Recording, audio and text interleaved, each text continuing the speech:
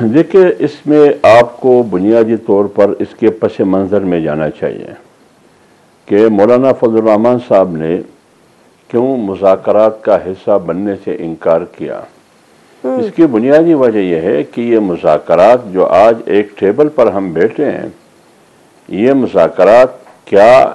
یہ P T I اپنی مرضی سے بیٹھ کے کر رہی ہیں، یا دوسری طرف سے جو مذاکرات کے ٹیبل پر ایک دوسرے کے ساتھ بیٹھے ہیں یہ اپنی مرضی سے بیٹھے ہیں، یا عدالت کے جبر کے نتیجے میں یہ بیٹھے ہیں، ان کے حکم پر یہ بیٹھے ہیں۔ ہمیشہ کوشش یہ رہی ہے عمران خان کی اور ان کی سیاست کی، جب وہ سیاست میں آئے تو انہوں نے جنرل کا کندھا استعمال کیا، طاقتور طبقوں کا کندھا استعمال کیا، 126 دن کے دھرنے میں بھی وہی،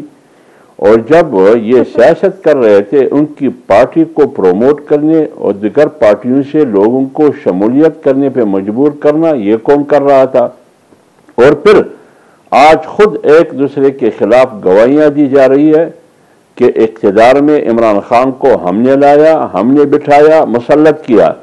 خلاصہ ان تمام کا یہ ہے کہ عمران خان کی سیاست ہمیشہ بے ساکیوں پر ہے، یہاں تک کہ وہ اقتدار بے ساکیوں کے نتیجے میں مسلط ہوا، اور جس کی گواہی جنرل باجوہ صاحب نے خود کہا کہ ہم نے 2021 سے یہ فیصلہ کیا کہ ہم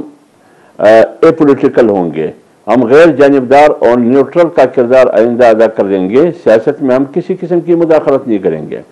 لیکن آج وہ گیٹ نمبر 4 بقول شیخ رشید وہ دروازہ بند ہے عمران خان پر۔ آج ان کی کوشش یہ ہے کہ وہ عدلیہ کے کندھوں کو استعمال کر کے وہ اقتدار تک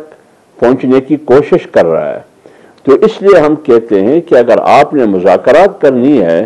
تو آپ نے جب اپوزیشن میں تھے اقتدار سے پہلے بھی آپ مذاکرات کے لیے تیار نہیں تھے، جب آپ وزیر اعظم بنے جتنے بھی قومی ایشوز ہوئے، خواہ وہ کشمیر کا مسئلہ ہو، خواہ وہ کورونا کا مسئلہ ہو، خواہ وہ قومی سلامتی کا مسئلہ ہو، خواہ وہ گلگت کا مسئلہ ہو، کسی بھی مسئلے پر وہ اپوزیشن کے ساتھ نہیں بیٹھے،